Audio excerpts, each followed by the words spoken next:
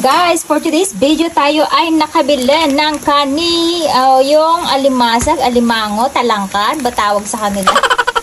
Ayan guys, nakabili ko at alam nyo ba ang presyo niya? 2,000 yen sa presyo natin. And puro babae siya guys, kaya mahal. Ganyan kamahal ang talangka dito sa Japan kasi bihira lang makahuli niyan. At hindi ko nga nabasa kung saan siya galing.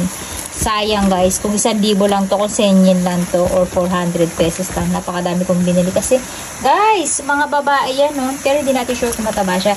So para hindi siya makawala, ganyan, ilulublob na lang natin.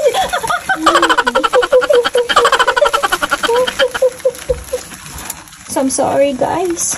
Kasi pag tinanggal natin siya dyan guys, yung ating kawali ay mababaw.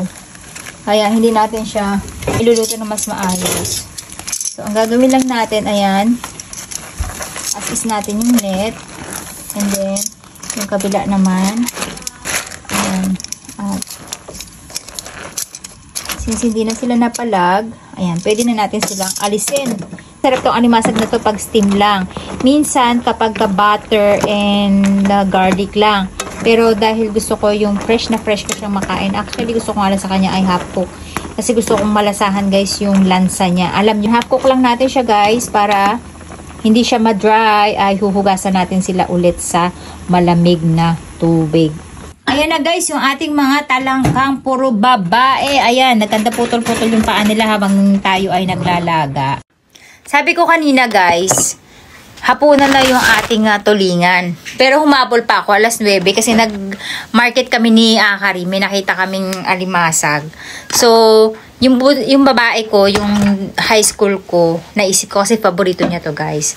Pero hindi ko ma-resist kasi natakam din ako guys. Look! Half cook lang talaga siyang niluto kasi para malasahan ko yung lansa niya. Ayan guys, medyo fresh pa siya. At kailangan kapag magluluto kayo ng ganito pang fresh guys, ay malamig ang panahon kasi kapag tag-init madali silang bumaho. Hindi sila magtatagal sa inyong kusina. Napakasarap guys. At alam niyo ba, gumawa tayo ng bagong at kalamansi. At alam nyo ba guys, may kwento ko sa inyo habang nagmumukbang tayo ng talangka. Alam nyo ba, may kwento kami nito ni Papa. Nagpunta kami sa China. Alam nyo ba yung mga ganitong talangka sa China ay sikat na pagkain sa kanila guys. And then si Papa,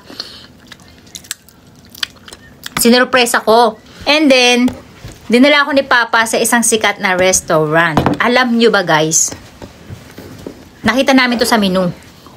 Pero ay, hindi naman yan. Dali, init ko yung kanin, ang lamig. Doon sa menu, nakasulat yung isang talangka. Alam nyo, ang presyo niya, isang lapad, o nagkakahalaga siya ng 4,000 pesos. Parang nasa, ano siya parang nasa 4,200 pesos siya ang isang piraso kasi talaga. Umorder kami ni Papa. Sabi ko isa lang kasi sa mahal na yon, ang ine-expect ko guys, hindi ganitong alimasag, malaking alimasag. Kawaiso. So ayun na nga.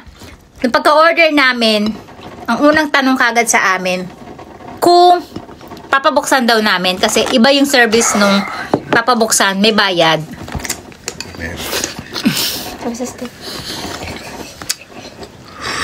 Ngayon, kung kami magbubukas, wala. At ang bayad dun sa pabukas, guys, 500 pesos. Yung service. Ngayon, sabi ko kay Papa, sige, para hindi tayo mahirapan. Ipa-service mo na. Ipabukas mo na. Diyos ko, tuwan-tuwa ako na eh. Kasi naalala ko, nagpunta kami ng Osaka. Kumain kami ng mga alimasag dun, guys. Ang sarap ng alimasag sa Osaka. Ngayon, dumating yung ganito. Pucha. Yung paa nakahilirang ganyan sa isang platito, guys. Tapos nakabukaka siyang ganyan. Tapos yung mga laman niya nakalabas. Galing! Na-amaze ako doon, guys. Alam niyo yung habang kumakain kami, bad trip ako sa asawa ko kasi sabi ko, saan mo ba nakuha yung idea na yan? Dahil yun daw, yung nakalagay doon sa libro, guys, ng travel guidebook. Sinundan lang namin ni Papa yung restaurant na yun kasi yun yung ususumin. Sabi ko, ito na yung binayaran nating 4,000.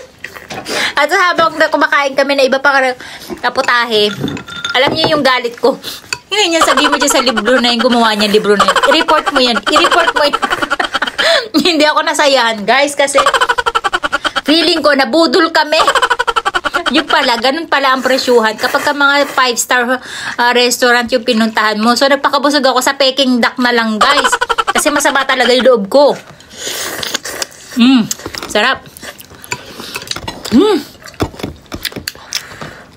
So, ang lasa nito, kapag medyo sariwa pa, guys, parang may malalasahan kayo mapait to sa itlog niya. Pero sariwang-sariwa, guys. Nice.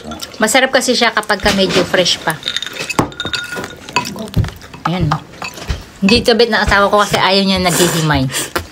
Ang sarap naman talaga kasi ng alimasag natin. Nga lang, napakahirap maghimay. Parang gusto ka na sa kanin, hindi po nakukuha yung laman.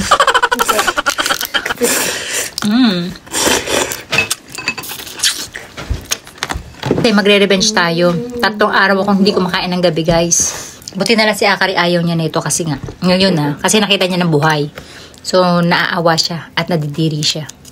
Nung nakita niya ng buhay kanina. At, mas okay kasi nakapag-concentrate tayo.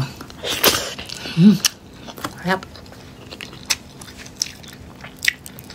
Ang tipid ko sa ulam, diba? Tingnan nyo, guys. Malay ba ito tayo?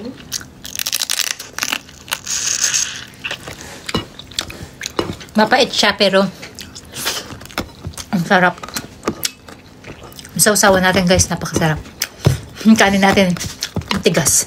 Naalala ko to, guys, sa Pilipinas. Nung natikman ko to. First time ko natikman sa Pilipinas. Yung nagpakain sa akin nito, guys, love na love ko. Ang ginawa niya, biniyak niya. Dinilagyan niya sa jar. Sa kanya, binuhusan ng mainit na tubig. Mainit lang, guys, hindi niya nilaga. And then, sa kanya, nilagyan ng maraming kamati, ay sili, tapos maraming kalamansi. Tapos, pinatulog lang niya, guys, ng maghapon yata. And then, nung tinanghalian namin, hindi pala maghapon, mga ilang oras lang. Tapos, tinara niya pakain sa akin, guys. Ang sarap. First time ko yung natikman. Malansa siya, pero sarap na sarap ako sa kanya. Yung lansa niya, ang sarap. Yung itlog niya. Kaya pag nagluluto ako nito, guys, gusto ko talaga half cook. Kasi gusto ko nalalasahan yung malansa na itlog ng talangka. So, ayan, guys. Magko-concentrate muna yung lola nyo. Look! Ang taba-taba. Kaya mahal ang babae, guys, kaysa sa lalaki kasi mataba. Taba, oh. Ito yung masarap isawsaw dito sa bagoong isda.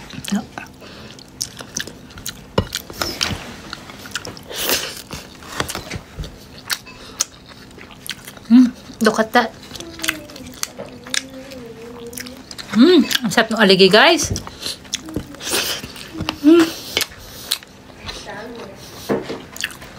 Concentrate mo na yung lola nyo. Bye-bye.